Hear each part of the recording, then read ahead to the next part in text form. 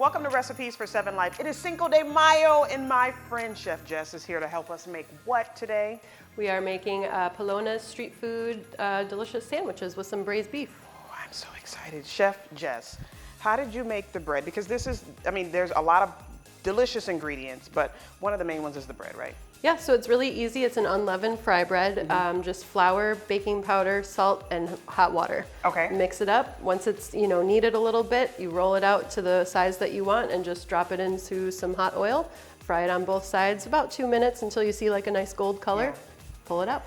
The meat, we have chuck roast, right? Yes. How did you season it? So it's cumin, paprika, some dried arbol chili, oregano, salt, pepper, and then start it high, like 450, about an hour, and then drop it to 350, 325, and let it go for like 12 hours. It smells so good in here. I wish you guys could smell this. All right, so how do you normally put this together? Okay, so we're gonna kind of build it sort of like a taco. Yeah, enjoy.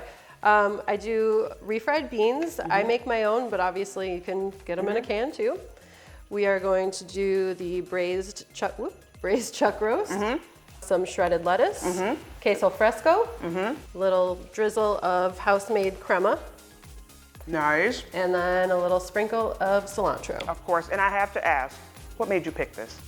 So Cinco de Mayo is a celebration of the Mexican army beating the French at the city of Puebla. This is traditional city of Puebla street food. I also own Oralia, Mexican food restaurant in the downtown bazaar, and I just celebrate my partner and his family and all the heritage coming with it. Let me tell you this, you really want to try. wkbw.com/7life to get this recipe.